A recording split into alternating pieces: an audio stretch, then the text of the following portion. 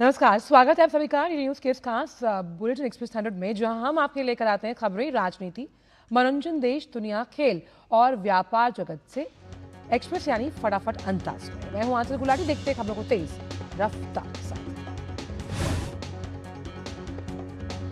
प्रधानमंत्री नरेंद्र मोदी आज युवा विकास की एक ऐतिहासिक पहल के अंतर्गत 62,000 करोड़ रुपए से अधिक की विभिन्न युवा केंद्रित पहलों का करेंगे अनावरण। इन पहलों के माध्यम से देश भर में शिक्षा, कौशल और उद्यमिता को एक निर्णायक बढ़ावा मिलेगा। युवाओं को कौशल प्रदान करने की एक ऐतिहासिक पहल के अंतर्गत प्रधानमंत्री 60,000 करोड़ रुपए के निवेश से देश भर में 1,000 सरकारी ITI के उन्नयन के लिए PM सेतु का करेंगे शुभारंभ। प्रधानमंत्री 34 राज्यों और केंद्र शासित प्रदेशों के 400 नवोदय विद्यालयों और 200 एकलव्य आदर्श आवासीय विद्यालयों में स्थापित 1200 व्यावसायिक कौशल प्रयोगशालाओं का करेंगे उद्घाटन। प्रधानमंत्री NIT पटना के बेहटा परिसर को भी राष्ट्र को करेंगे समर्पित। 6,500 छात्रों की क्षमता वाले इस परिवार में 5G use case lab, ISRO के सहयोग से स्थापित एक क्षेत्रीय अंतरिक्ष शैक्षणिक केंद्र और एक नवाचार और इंक्यूबेशन केंद्र सहित उन्नत सुविधाएं उपलब्ध हैं। प्रधानमंत्री बिहार में जननायक कर्पूरी ठाकुर कौशल विश्वविद्यालय का भी उद्घाटन करेंगे, जिसका उद्देश्य वैश्विक स्तर पर प्रतिस्पर्धी कार्यबल तैयार करने के लिए उद्योग उन्मुख पाठ्यक्रम और व्यावसायिक शिक्षा प्रदान करना है। केंद्रीय गृह और सहकारिता मंत्री अमित शाह छत्तीसगढ़ के दौरे पर हैं। अमित शाह आज जगदलपुर में संस्कृति और सौहार्द के प्रतीक बस्तर दशहरा महोत्सव में होंगे शामिल। गृह मंत्री अमित शाह का रायपुर पहुंचने पर छत्तीसगढ़ के मुख्यमंत्री विष्णुदेव साय ने स्वागत किया। केंद्रीय गृह मंत्री ने एक्स पर लिखा कि जिस बस्तर में कभी नक्सलियों की बंदूकें गूंजती थी, आज वहां शांति और विकास है। पूरा बस्तर बड़े उत्साह के साथ बस्तर दशहरा का भव्य उत्सव मना रहा है। छत्तीसगढ़ के दौरे के बाद केंद्रीय गृह और सहकारिता मंत्री अमित शाह गोवा के दौरे पर रहेंगे। शाम को वो गोवा सरकार के माझा घर योजना और अन्य विकास कार्यों का लोकार्पण और शिलान्यास करने वाले हैं। अमित शाह गोवा डेंटल कॉलेज की नई इमारत, पणजी के DB ग्राउंड में स्मार्ट सिटी स्टेडियम, उत्तरी और दक्षिणी गोवा में ई-विटनेस रूम का भी करेंगे उद्घाटन।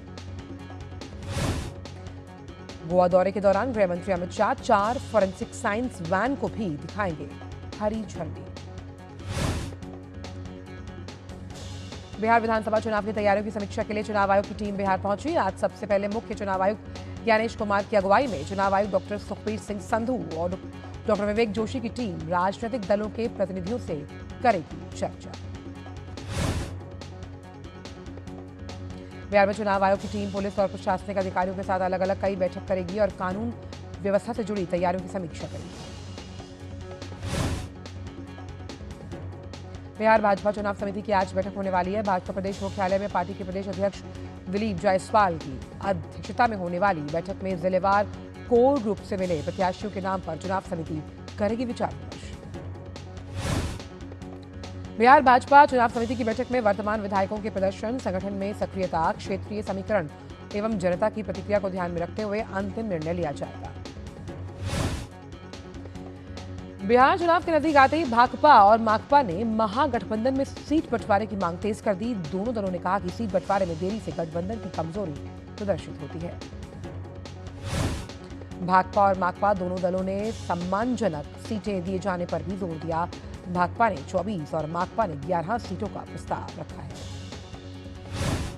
केंद्रीय कृषि और ग्रामीण विकास मंत्री शिवराज सिंह चौहान आज बिहार में 1 दिवसीय दौरे पर रहेंगे। इस दौरान शिवराज सिंह पटना में मखाना महोत्सव में शामिल होंगे। वहीं रबी कार्यशाला और कृषि सलाहकार संवाद कार्यक्रम में भी सहभागिता करेंगे। कृषि शिक्षा को एक बड़ी राहत देते हुए केंद्रीय कृषि मंत्री शिवराज सिंह चौहान ने कृषि विश्वविद्यालयों में स्नातक की 20% सीटें अखिल भारतीय प्रतियोगी परीक्षा के माध्यम से भरने की घोषणा की। बच्चों में खांसी की दवा को लेकर केंद्रीय स्वास्थ्य मंत्रालय ने एडवाइजरी जारी की। इसमें कहा गया कि बच्चों को खांसी की दवा बहुत सोच समझकर और सीमित रूप से दी जाए। केंद्रीय स्वास्थ्य मंत्रालय ने एडवाइजरी जारी कर कहा कि 2 साल से छोटे बच्चों को खांसी जुकाम की दवा बिल्कुल ना दी जाए। साथ ही केंद्रीय स्वास्थ्य मंत्रालय ने कहा कि 5 साल के ऊपर के बच्चों को दवा तब दी जाए जब डॉक्टर क्लिनिकल जांच कर इसे जरूरी समझें, वो भी कम से कम मात्रा, कम समय और बिना जरूरी दवाओं के कॉम्बिनेशन के साथ। राजस्थान स्वास्थ्य विभाग ने मुख्यमंत्री निःशुल्क दवा योजना के तहत दवाओं के सुरक्षित उपयोग को सुनिश्चित करने के लिए सख्त निर्देश जारी किए। चिकित्सा और स्वास्थ्य विभाग की प्रमुख ने कहा कि दवाएं केवल पंजीकृत डॉक्टर की सलाह पर ही ली जाएं। जन जागरूकता बढ़ाने के लिए राजस्थान में आज से आशा, एएनएम और सीएचओ की टीमें घर घर सर्वे करेंगी। ये टीमें लोगों को बीमार पड़ते ही चिकित्सीय परामर्श देंगी। दवाओं को बच्चों की पहुंच से दूर रखने और निर्धारित मात्रा में ही दवा सेवन करने के बारे में जागरूक किया जाएगा। लोकसभा में नेता विपक्ष राहुल गांधी के कोलंबिया में दिए भाषण पर भाजपा नेता गौरव वल्लभ ने निशाना साधते हुए कहा कि राहुल गांधी का राजनीतिक करियर खतरे में है। भाजपा नेता गौरव वल्लभ ने कहा कि कांग्रेस पार्टी के भारत विरोधी सोच को लेकर यह प्रदर्शित होता है कि भारत खतरे में है। देश के लोगों ने कांग्रेस को नकार दिया है। कल्की धाम के पीठाधीश्वर आचार्य प्रमोद कृष्णम ने कांग्रेस नेता राहुल गांधी के बयान पर हमला बोला। उन्होंने राहुल गांधी के बयान को भारत विरोधी करार दिया। आचार्य प्रमोद कृष्णम ने कहा कि आज पूरी दुनिया प्रधानमंत्री की अगुवाई को स्वीकार करती है और भारत को और उम्मीद भरी नजरों से देखा जा रहा है। दशहरे पर रावण दहन के एक दिन बाद दिल्ली के पर्यावरण मंत्री मनजिंदर सिंह सिरसा ने कहा कि शहर में वायु गुणवत्ता में उल्लेखनीय सुधार दर्ज किया गया और वायु गुणवत्ता सूचकांक गिरकर 88 पर आ गया। दिल्ली के पर्यावरण मंत्री मनजिंदर सिंह सिरसा ने कहा कि आज हम जो स्वच्छ हवा देख रहे हैं वो नीतियों, क्रियान्वयन और टीम वर्क का परिणाम है। दिल्ली ये साबित कर रही है कि दृढ़ संकल्प, व्यवस्था और निरंतर कार्रवाई से स्वच्छ हवा प्राप्त करना संभव है। दिल्ली की पर्यावरण मंत्री मनजिंदर सिंह सिरसा ने कहा कि हमने प्रदूषण वाले क्षेत्रों में मिस्टिंग सिस्टम लगाए, रियल टाइम निगरानी के लिए केंद्रीकृत व्यवस्था बनाई, समय पर कचरा संग्रह सुनिश्चित किया और नई सड़कों पर निर्माण और मरम्मत भी करवाई। दिल्ली भाजपा प्रमुख वीरेंद्र सचदेवा ने स्वास्थ्य सेवाओं पर आम आदमी पार्टी की टिप्पणियों की आलोचना की। वीरेंद्र सचदेवा ने कहा कि दिल्ली के अस्पतालों के कामकाज के बारे में गलत जानकारी फैलाने से पहले आप नेता सौरभ भारद्वाज को ये नहीं भूलना चाहिए कि स्वास्थ्य मंत्री के रूप में उनके पास अपने कार्यकाल के दौरान इस क्षेत्र में कई घोटाले हुए थे। दिल्ली की मुख्यमंत्री रेखा गुप्ता ने कहा कि पूर्वोत्तर के छात्रों की सुरक्षा, शिक्षा और भविष्य सुनिश्चित करना उनकी सरकार की सर्वोच्च प्राथमिकता है। राजस्थान के मुख्यमंत्री भजनलाल शर्मा ने दिवाली से पहले सरकारी कर्मचारी और पेंशन धारकों के लिए महंगाई भत्ते और महंगाई राहत में 3% की बढ़ोतरी को मंजूरी दी है। राजस्थान के मुख्यमंत्री भजनलाल शर्मा ने कहा कि कर्मचारी और रिटायर्ड लोग राज्य की प्रशासनिक और सेवा व्यवस्था की रीढ़ हैं और सरकार उनके हितों की रक्षा के लिए प्रतिबद्ध है। दिवाली और छठ से पहले मुख्यमंत्री नीतीश कुमार की अगुवाई वाली बिहार सरकार ने कैबिनेट बैठक में 129 जरूरी प्रस्तावों को मंजूरी दी। बिहार सरकार ने महंगाई भत्ते को 55% से बढ़ाकर 58% करने को मंजूरी दी, जो 1 जुलाई 2025 से प्रभावी होगा। बिहार में कक्षा 1 से 4 के छात्रों को अब सालाना 1200 रुपए, कक्षा 5 से 6 के छात्रों को 2400 रुपए, कक्षा 7 से 10 के छात्रों को 3600 रुपए मिलेंगे। देश भर में स्वास्थ्य नारी सशक्त परिवार अभियान बड़ी सफलता के साथ पूरा हुआ। 2 सप्ताह के इस अभियान में लगभग 10 करोड़ नागरिकों ने भाग लिया। 6 करोड़ 50 लाख से अधिक महिलाओं को लाभ मिला। स्वस्थ नारी सशक्त परिवार अभियान के दौरान 1.78 करोड़ से अधिक लोगों की हाई ब्लड प्रेशर और 1 करोड़ 72 लाख लोगों की डायबिटीज की जांच हुई है। शिक्षा मंत्रालय ने विद्यार्थियों से विकसित भारत बिल्डथॉन 2025 में शामिल होने की अपील की। ये आवेदन सोमवार तक जमा किए जा सकते हैं। विकसित भारत बिल्डथॉन 2025 पहल का उद्देश्य छात्रों को समूह में शामिल होने, रचनात्मक रूप से सोचने, राष्ट्रीय महत्व के विषयों पर वास्तविक जीवन की चुनौतियों का समाधान करने वाले विचार विकसित करने के लिए प्रोत्साहित करना है। श्री माता वैष्णो देवी श्राइन बोर्ड ने एक बार फिर वैष्णो देवी यात्रा को लेकर बड़ा अपडेट दिया। खराब मौसम संबंधी सलाह के मद्देनजर वैष्णो देवी यात्रा 5 से 7 अक्टूबर तक रहेगी स्थगित। 8 अक्टूबर को फिर से होगी यात्रा शुरू। तमिलनाडु के करूर भगदड़ मामले में मद्रास उच्च न्यायालय ने तमलिगा वितेत्री कझगम के जिला सचिव एन सतीश कुमार की अग्रिम जमानत याचिका को खारिज कर दिया। अखिल भारतीय तकनीकी शिक्षा परिषद और society of Indian defence manufacturers ने रक्षा प्रौद्योगिकी में माइनर डिग्री के लिए मॉडल पाठ्यक्रम लॉन्च किया। ये पहल आत्मनिर्भर भारत मिशन को सशक्त बनाने की दिशा में महत्वपूर्ण कदम है। मौसम विभाग ने आज बिहार में मूसलाधार बारिश का रेड अलर्ट जारी किया। वहीं पूर्वी उत्तर प्रदेश, पश्चिम बंगाल और तेलंगाना में भी तेज बारिश की संभावना है। मौसम विभाग ने उत्तर प्रदेश, छत्तीसगढ़, पूर्वी मध्य प्रदेश, झारखंड, ओडिशा और तमिलनाडु में अगले 2 से 3 दिन के दौरान तेज बारिश की संभावना जताई है। उत्तर प्रदेश के मऊ के कुछ हिस्सों में आज सुबह से ही तेज बारिश हो रही है। तमिलनाडु के डिंडीगुल शहर के कुछ हिस्सों में भी तेज बारिश हो रही है। दिल्ली की सीएम रेखा गुप्ता और लोक निर्माण जल संसाधन मंत्री प्रवेश वर्मा आज छठ पर्व से पहले तैयारियों का जायजा लेंगे। छठ घाट का निरीक्षण किया जाएगा। मध्य प्रदेश के मुख्यमंत्री डॉक्टर यादव आज असम के दौरे पर रहेंगे। इस दौरान वो असम के प्रमुख उद्योगपतियों से चर्चा करेंगे। उन्हें मध्य प्रदेश के उद्योग लगाने के लिए आमंत्रित भी किया जाएगा।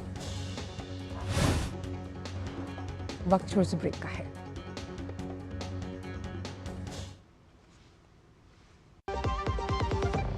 लाल रंग इसका अपार, तीखा कम है फिर भी स्वाद, बेमिसाल बेमिसाल MDH कश्मीरी।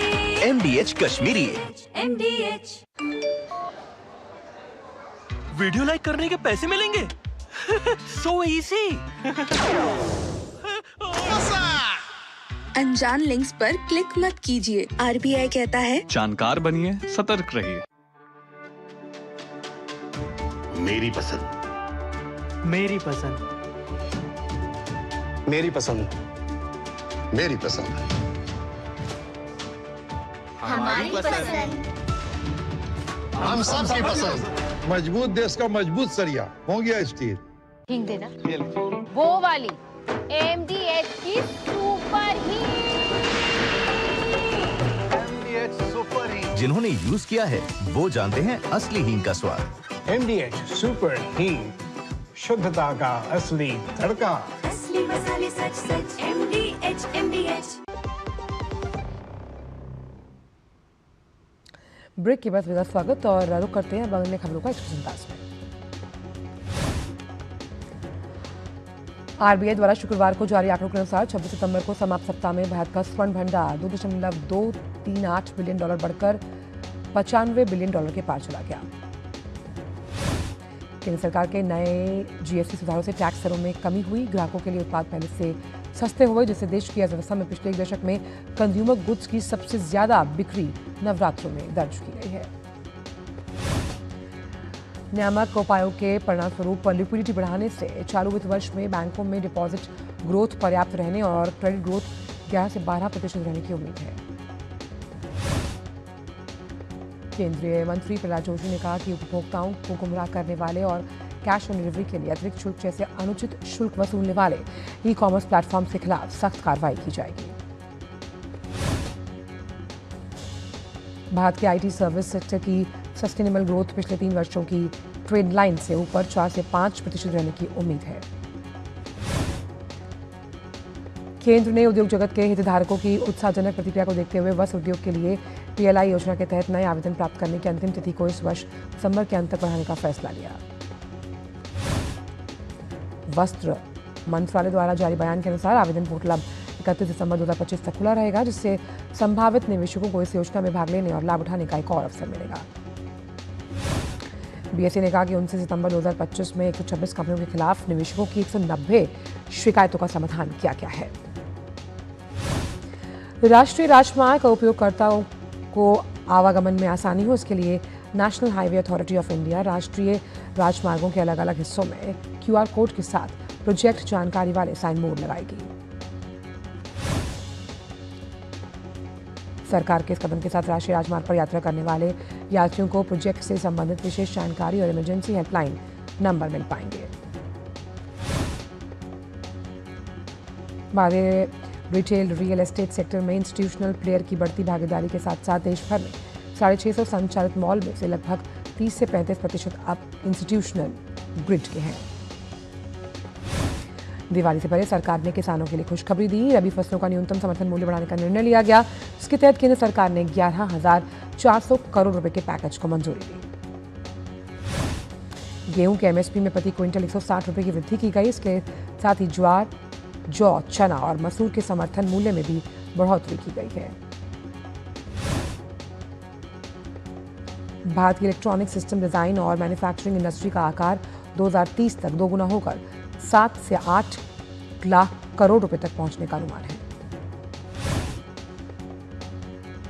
15वीं फाइनेंस कमीशन के चेयरमैन और अर्थशास्त्री एनके सिंह ने कहा कि जीएसटी सुधार से देश के आम नागरिकों को बड़ी राहत मिली। इससे परचेजिंग पावर बढ़ी और साथ ही व्यापार में आसानी को बढ़ावा मिला। वाहन, उपभोक्ता इलेक्ट्रॉनिक्स और उपभोक्ता वस्तुओं सहित विभिन्न क्षेत्रों की प्रमुख कंपनियों ने नवरात्र के दौरान रिकॉर्ड बिक्री दर्ज की है।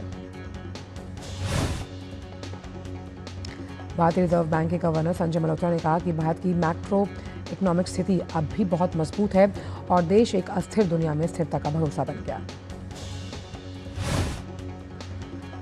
भारतीय दूरसंचार नियामक प्राधिकरण ट्राई ने निजी रेडियो प्रसारकों के लिए डिजिटल रेडियो प्रसारण नीति तैयार करने की सिफारिश की है। ट्राई ने कहा कि नए प्रसारकों द्वारा डिजिटल रेडियो सेवाएं सिमुलकास्ट मोड में शुरू की जानी चाहिए। वर्तमान एनालॉग एफएम रेडियो प्रसारकों को भी स्वैच्छिक आधार पर सिमुलकास्ट मोड में स्थानांतरित करने की अनुमति दी जानी चाहिए।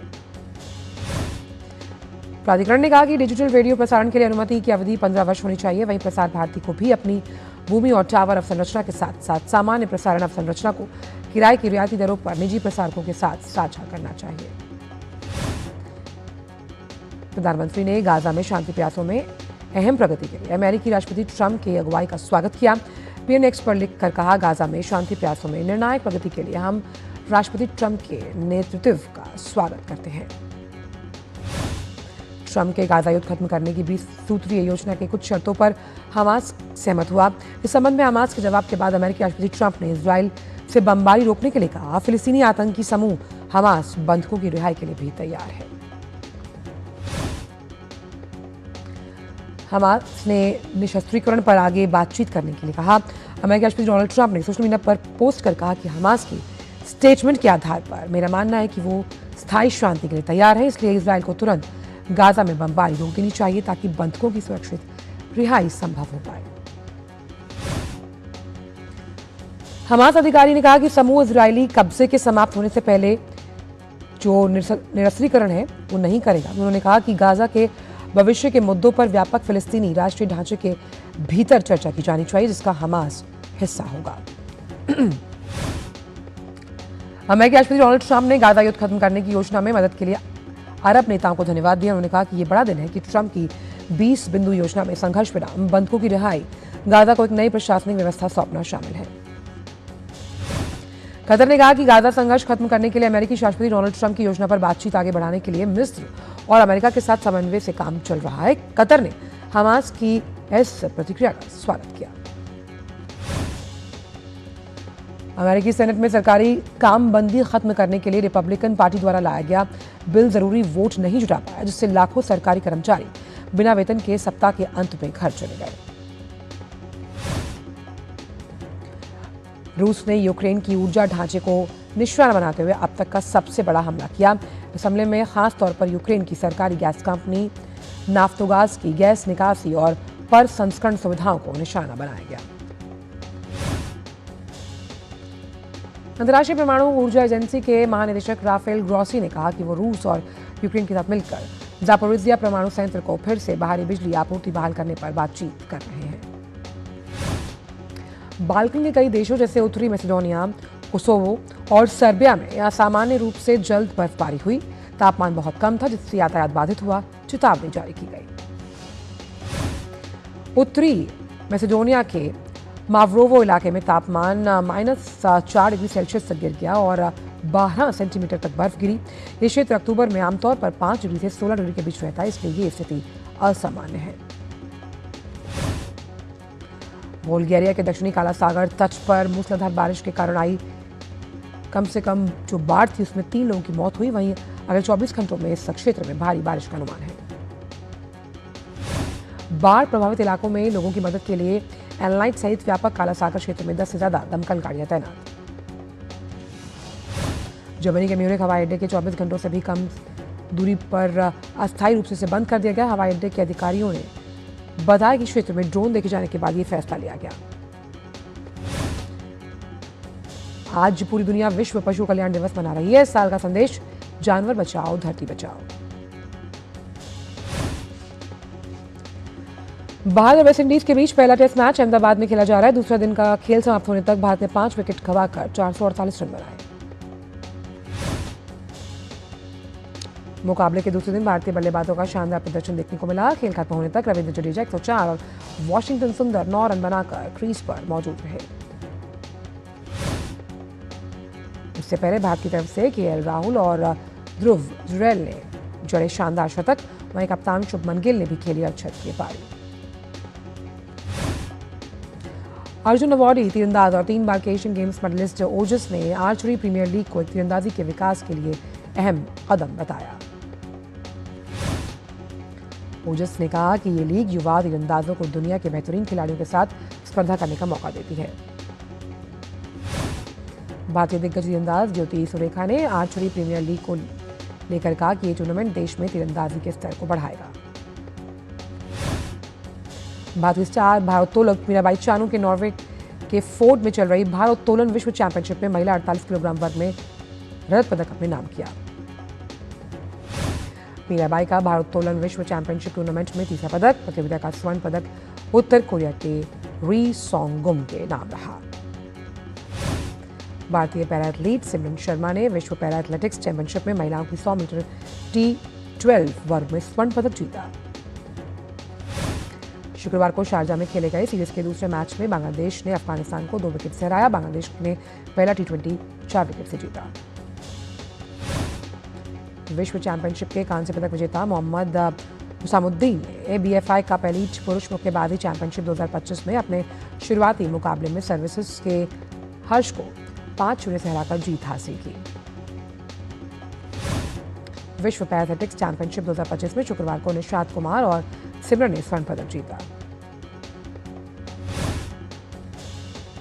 पैरा एथलेटिक्स चैंपियनशिप में पैरा एथलीट निशात कुमार ने पुरुषों की ऊंची कूद T47 श्रेणी में स्वर्ण पदक जीतने के बाद कहा कि वो कड़ी मेहनत कर रहे हैं और अपनी मां का सपना पूरा करेंगे।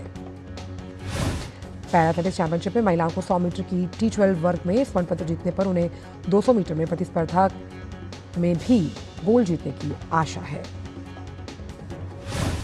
मनीष सुरेश कुमार और कीर्ति वासन सुरेश ने 30वीं राष्ट्रीय टेनिस चैंपियनशिप एकल वर्ग के फाइनल में जगह बनाई। वहीं महिला वर्ग के एकल फाइनल में वैष्णवी अतकर आकांक्षा नितुरे पहुंची हैं।